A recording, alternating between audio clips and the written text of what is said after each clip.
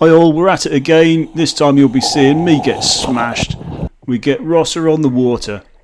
Ian says, "Wow!" and we give Rosa a new haircut, while Ian squirts me. So late autumn, Ian was down for a weekend of socialising and paddling. If you paddle with Ian, you'll soon find he likes to make sure everyone's upside down at some point. So we managed to get Rosa in for a splash and we did some rescues practice before heading across for Ian to tick off the Needles. So Rosa's thrown herself overboard, she's got the boat back upright, making her way to the nose, or the bow, if we want to be serious about it. Moving mine in there, she's grabbing mine.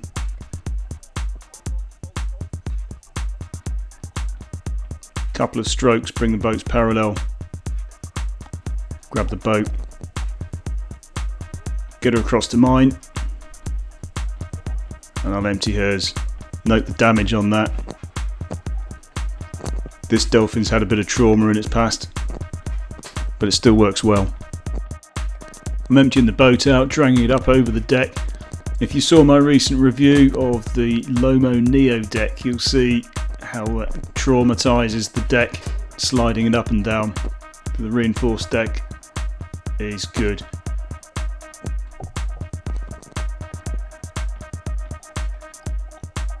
So the boat's empty, it's back alongside.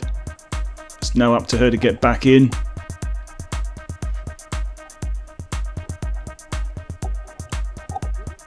Try and guide her to the right lines. Not the rubber. That's the one. I have actually since this put small plastic tubes on part of the deck line so it's easy to get, and got rid of some of that slack. She gracefully climbs on in there.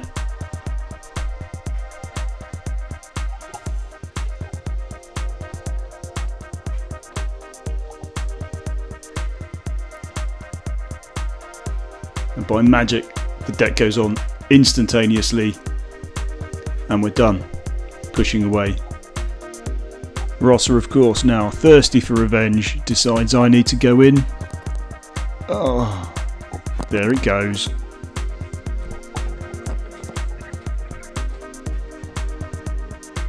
So we'll head to the nose. The boat obviously didn't fall over, so to give her a fair fight, I'll tip it over, make sure it's full. Get it back on its feet. Get it in there.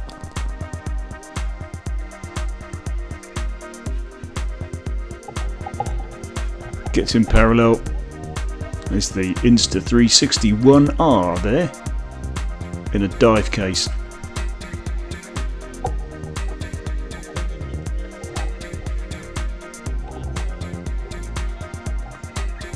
You'll notice here a very deliberate, obvious tip to get it easier and use the boat's buoyancy to bring the full boat up. Tip it over. Some idiot on the front. Throw it back in.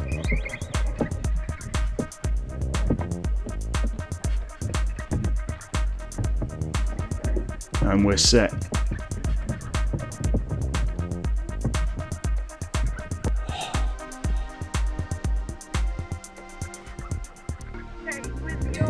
So she's shouting orders at me. Which leg to get in, what we're doing, etc. I'll gracefully shuffle my delicate frame into the boat. Try and simulate a walrus mating on the beach as I roll over. I've deliberately not edited this so you can actually see the good, the bad and the ugly, how easy or otherwise it can be.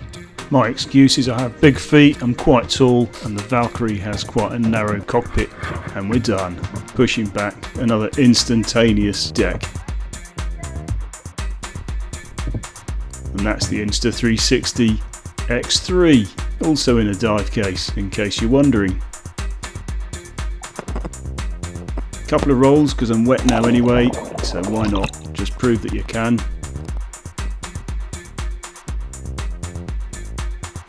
It's always good to practice. I'm a bit of a wimp with the cold water and I can't be bothered very often. So a quick dry off, we'll drain the boats, test a quick posh coffee at the castle before heading off the following day with Ian to the Needles. So next day now, conditions were quite lively. It was about 15-20 knots of breeze with quite a big swell coming in from the southwest. Don't usually get to see much of that in the Solent, though as we leave the castle, you get out, this was what was coming up, the Hurst Channel. So quite lively, bit of sploosh going on as well. And at this point, the tide is going out, so it's against that wind coming in. Make it across, this is now Colwell Bay. So a lot of these sites, you've seen them all before on other videos. We're going under the pier here at Totland. Nice and newly refurbished. Coming across to this boat, still on the beach a year later. There's a few bits missing now, the windows are all smashed in. It was no small event getting it up there. Apparently there were some serious injuries and the skipper is having to explain himself in court, I believe. Around the corner we're now into Allen Bay, home of the coloured sands and the chairlift.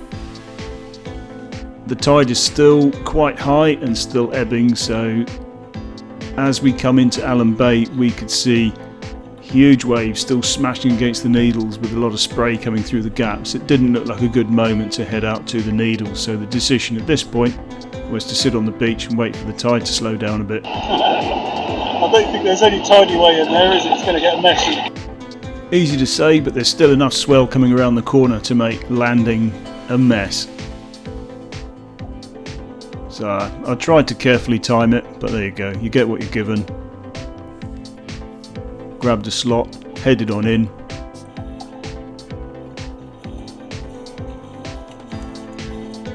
You can guess the rest.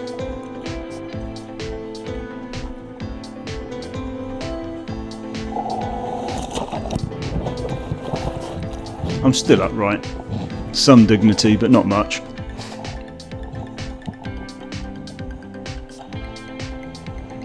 Incoming the next one. Fast track up the beach sideways. Try and hop out and just stop the boat sliding back down for the next one.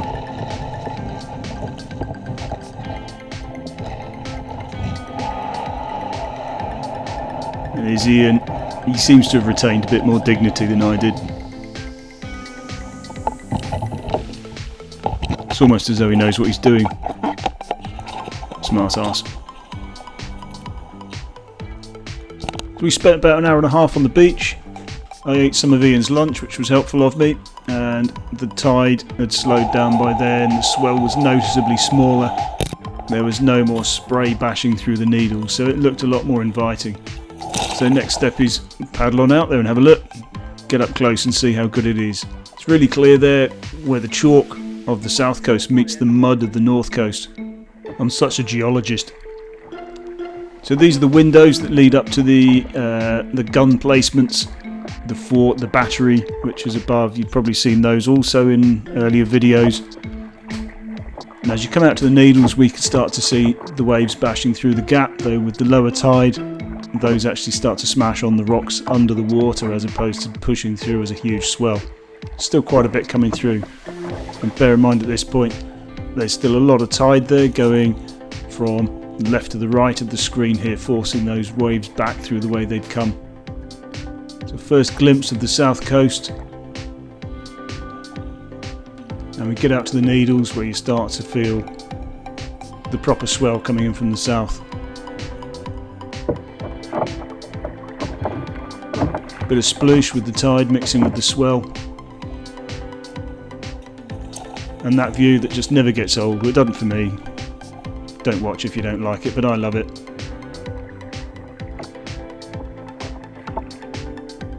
Wow. Ian's exclamation. So right about where Ian is now, there is actually the wreck. So at a low spring tide, with much calmer conditions than this, you can actually paddle over it and touch it. That wreck is the Varvassi. We're getting round to the south now. You get some idea of the swell that's coming through. Not every camera angle shows it. So take a moment, we'll ponder the view, soak up some sunshine before heading off. We headed out away from the coast so you can see along the south coast outside Scratchell's Bay. Start to see a bit of steam coming on the inside of the dive case on Ian's camera. I didn't used to use the dive case, but having destroyed my X2 with salt water, I've got to play careful now. Still more sign of the swell as you go past Scratchell's. Then came into Scratchell's for a quick closer look. There's the cave there, just in the shadow, not visible, but too much water and too much swell to go in. You'll dent your head today. We poodled on a little bit beyond Scratchell's Bay. We didn't have the time to go all the way to freshwater, so it's just a little look at the cliffs.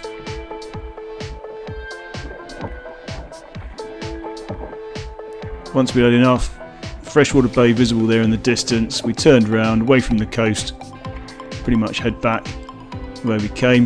The water's white, that's all the chalk in the water from the wave action going on. So we're getting back to the Needles, and we actually ran out of battery at this point, so the return leg really was directly across to Milford area, so mostly open water and you're not missing much there. At which point Ian decides I was far too dry. And we're back to the car. As always, there's loads more to come. The season's just starting. We've got all these boats they need playing with, so stay with us and enjoy the ride.